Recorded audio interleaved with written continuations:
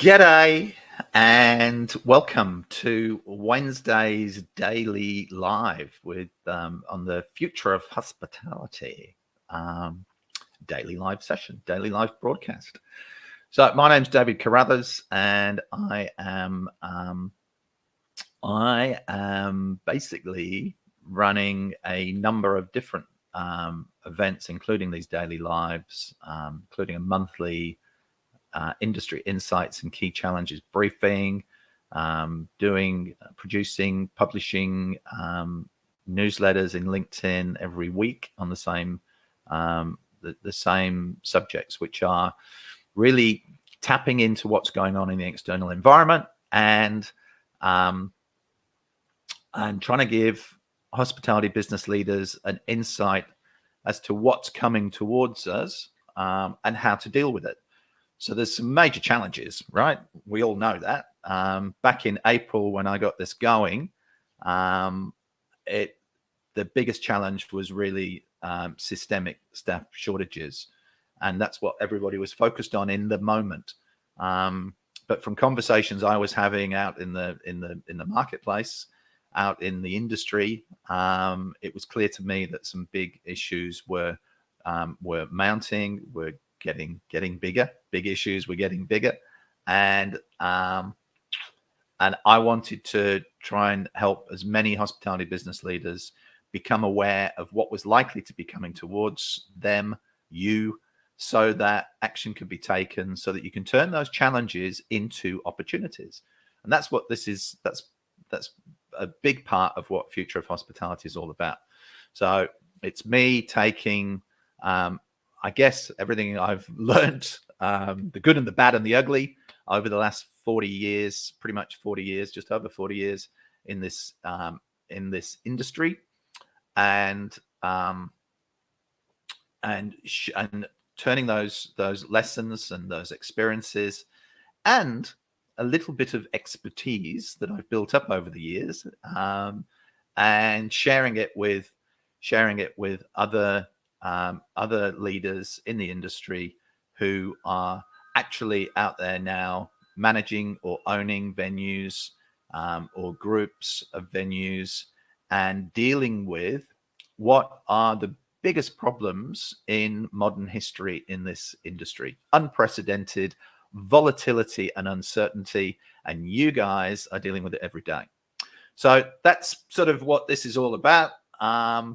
Today is I want to talk about avoiding burnout.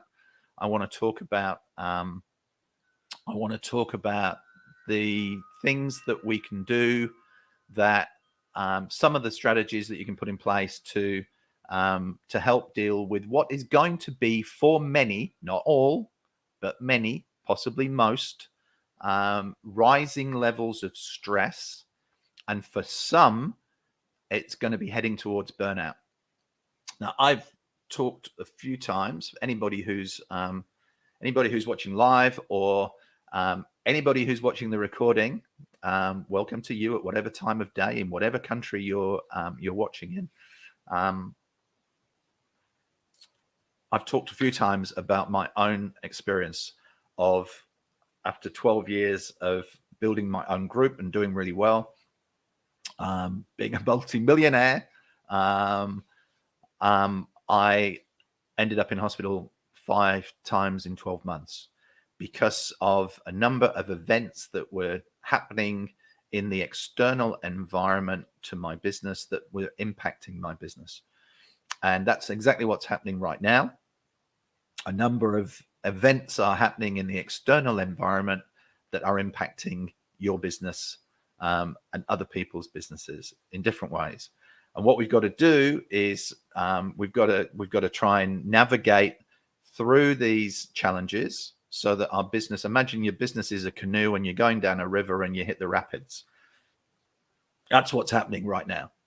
That's what's happening right now. Now, you know, because you've seen it on documentaries or films or whatever, that you can go through those rapids and you can overturn and you can get wet, seriously wet, and you may hit the rocks and you may cause lots of damage.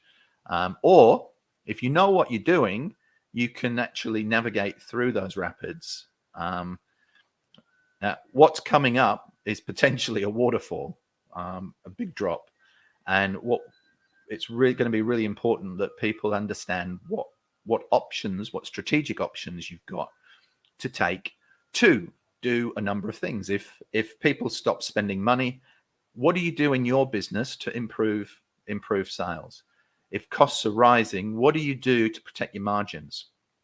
So they're all the things that we do in the business. But what often gets left out is how we look after the human being and the human beings that are running and working in the business. Now, my own experience of recovering my own well-being, which took me 2 or 3 years to get myself healthy and fit in all aspects of well-being. And firstly, I don't want anybody else to go through the level of burnout and hitting PTSD and everything that I don't want anybody to go through that, because it's horrendous. And I learned a lot about, I didn't even know what well-being was until I lost mine. So I don't want anybody to have to go through 2 or 3 years of recovering their well-being. And many people who go through burnout never recover. I'm very grateful that I was able to recover my well-being. And what I learnt during that recovery period, and then starting to study well-being in all its aspects, I just wish I'd known years ago. So I'm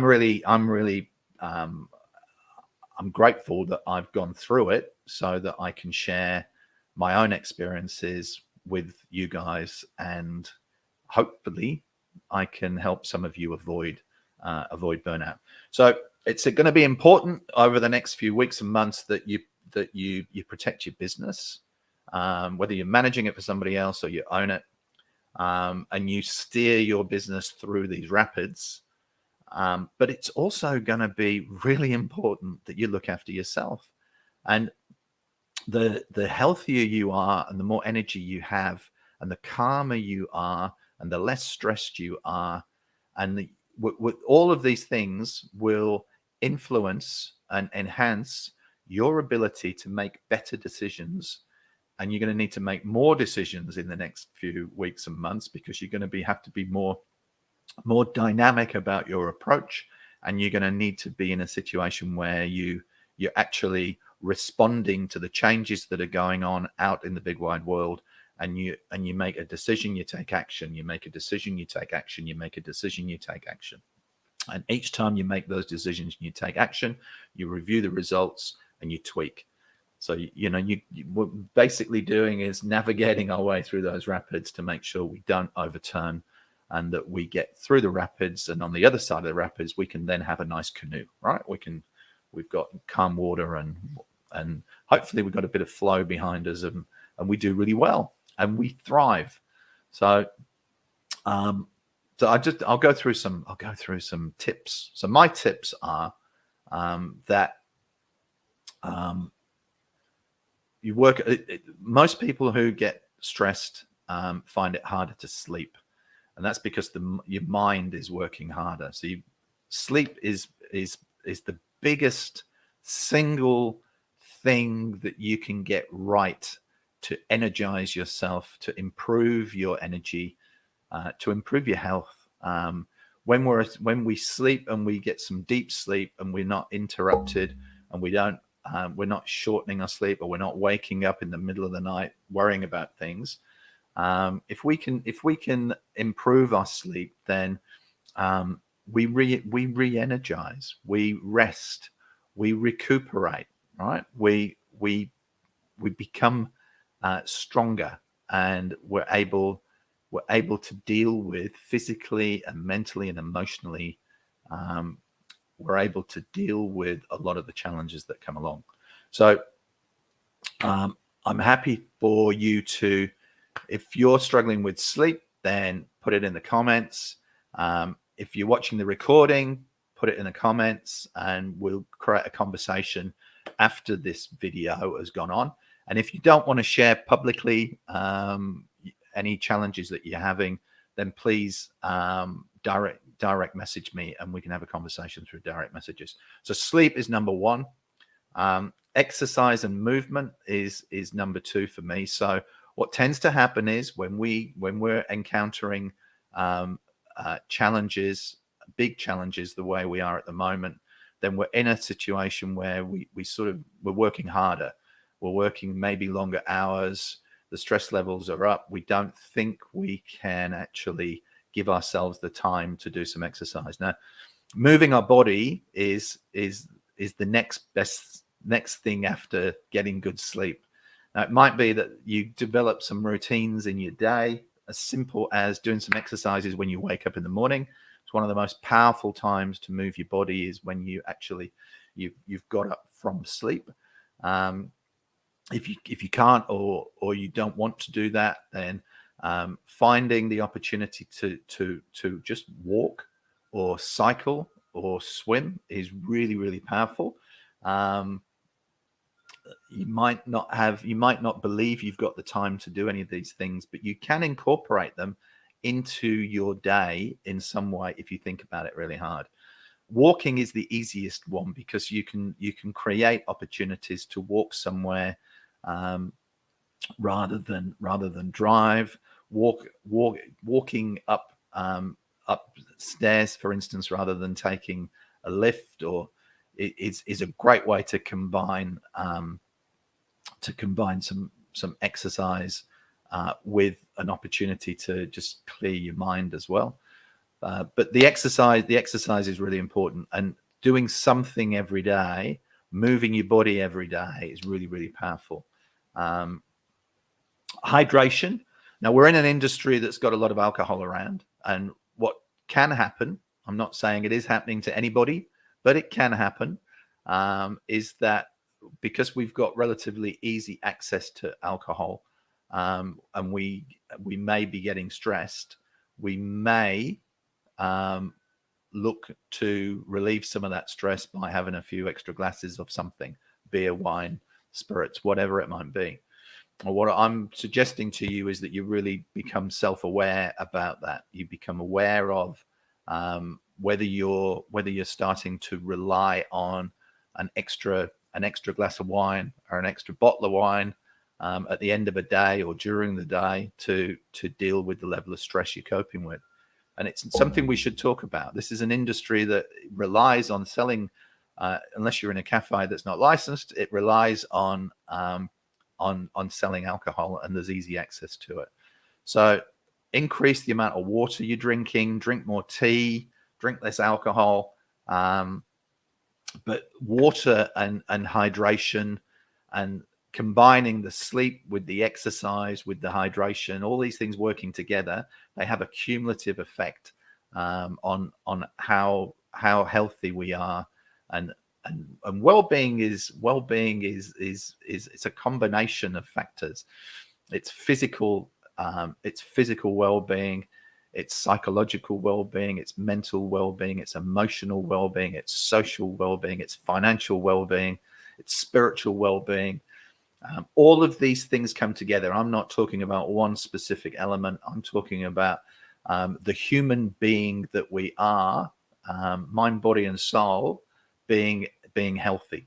So we've talked about sleep, we've talked about movement and exercise, we've talked about nutrition, we've talked about hydration and more water, less alcohol, right? Next one on the list for me is nutrition. And this is what we eat, okay? What we put in our body. So again, because we might be getting stressed, we might be at work longer, we might be in the business longer, we might be eating in our own businesses more meals, we might be eating very, very rich food, we might be eating at the wrong times, and all of these things together will have a cumulative effect on our health. What's really good for us as humans is actually not to eat as much as most people eat. To eat a lot more fresh vegetables and fruit. We, everybody talks about this, but the reality is we can do it. We've got access to, we can eat some fruit rather than a bowl of chips, right? We can eat some fruit rather than a burger that comes out of our own menu. We can eat some fresh vegetables, or a larger proportion of fresh vegetables, because we should in most cases be able to get our own kitchens to produce food for not only us but for the staff that's actually really healthy. But what we eat and when we eat it are really, really powerful. And again, combined with the hydration, combined with the movement, combined with improving sleep, are really, really powerful things we can do. Now, I'm a big advocate for spending time in nature. Now, what that means can be interpreted in different ways. So for me, I've had the pleasure of living next to the beach for most of the 21, 22 years. I was in Melbourne, and then a year in northern New South Wales, and 3 or 4 months in the McLaren Vale region of South Australia. I was next to beaches all the time. I'm in the UK now, and I'm not near a beach, and it's really pissing me off. But that ability to go and spend some time walking on a beach with my dog, walking through a park, walking through the bush, whatever you've got access to, and even if you're in the city, you've got a park somewhere close by. It's a really powerful thing just to get out of the concrete, get out of the bricks, get out of the tarmac roads, and find some nature. Now, whether it's a beach, whether it's the bush, whether it's a national park that you actually make an effort to go to, whether it's just literally the park around the corner, go and connect with nature. You'll feel better. As you start to do this on a regular basis, you will feel better, and it will help clear your mind of all the things that are in your mind that you're dealing with. Now, this isn't for everybody, but meditation for me is one of the 5 things that saved my life back in 2013. I started meditating with some of these other things, and in 2013, I didn't expect to survive the year. I didn't expect to get to the end of 2013. But meditation was one of the things that I incorporated into my routine. And I've been doing it ever since. And a lot of people will say, well, I've tried meditation. I tried it for 15 minutes and it didn't work. That's a little bit like saying I went to the gym once and I didn't get fit, toned, and lose weight immediately. These things are accumulative, and the more you do it, the better it is for you. I highly recommend meditation. And if you can find 15 minutes a day to do it, and just do it, and it's not about not having any thoughts in your mind. It's not that you sit down for the first time you meditate and nothing goes through your mind. Your mind will always be busy. Your subconscious brain is constantly telling you all the things that it wants to tell you. A lot of the time when you get stressed, it's about all the things you've got to do. And all you're doing is slowing that down a little bit, and you're reducing over time. You'll be able to reduce the amount of thoughts that are flying around your head. It's incredibly powerful. You'll never get to a point where you don't have any thoughts going around your head. When you do that, then you're probably 6 feet under anyway. So don't worry about it. Even the best meditators will have stuff going on for them, but they'll allow those fewer thoughts to flow through. So meditation, there's something called the third space, which is really powerful for us because we talk about. I'm going to talk a minute about spending time with loved ones, which is really important. But there's no point going home and taking all the stress and everything that's going on that you're looking after in your business, and basically taking it home and sharing that with your closest and dearest, because it's not going to help you. It's not going to help anybody, right? And what's really good for you is to spend some quality time with people you love and people who love you. And the third space is basically creating a place or a process you go through from going from work or your business to home. And it might be that you combine one of the other things I've talked about, which you do a walk on the park before you go home. So what you're trying to do, or you go into your home through the back door and go and have a shower or something before you come into contact with the other people in the house. And the concept behind this is that you just actually have a no man's land type space between work and stress and being home and being a delight to be with. All right. Being somebody that everybody's looking forward to you arriving home, and not, oh my God, he's stressed out, she's stressed out. Yeah, I think you've got the gist. So work out your own third space and try it. See whether it works for you. I would say to you that it's something you need to do a few times to get used to it, to get the real benefit from it. But it's a very powerful experience.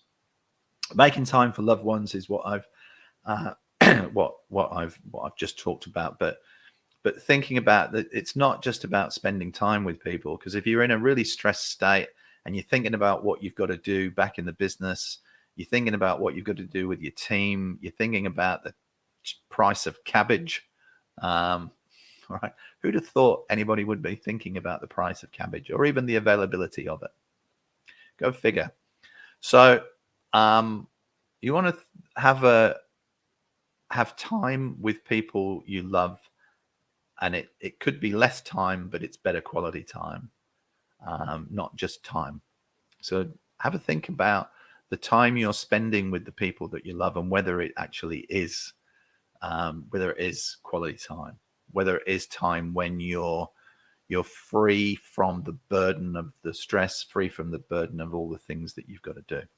So that's really important. Having somebody to talk to is really powerful as well. So one of the dangers when we get stressed and we've got a lot of pressure on us is that the conversations start to just take place in our own heads. We're working stuff out. There's a really powerful benefit to talking out something. So to having a conversation and having to articulate what is actually the problem and how maybe it gets solved. And quite often, and for somebody who's doing a lot of mentoring with people, which is what I do, and coaching. So mentoring is more about helping people in an area that you are an expert in. And coaching, you don't really need to know anything about that particular area. You're really focusing on the process of helping the person work stuff out themselves. So just so you know, mentors also coach people within the mentoring process, but coaches can't really mentor people. It works that way around. So yeah, most of us, in fact all of us really, can solve our own problems by articulating them. And if we're doing that with somebody rather than talking to a mirror, that person can often help us navigate the process of working solutions out for challenges that we're facing. But talking to somebody, so having a buddy, it might be a mate, it might be a family member, but it's also good if it's not necessarily, you're not taking every challenge you've got, you're not taking home. That said, we've got some big challenges going on at the moment, and being transparent with your other half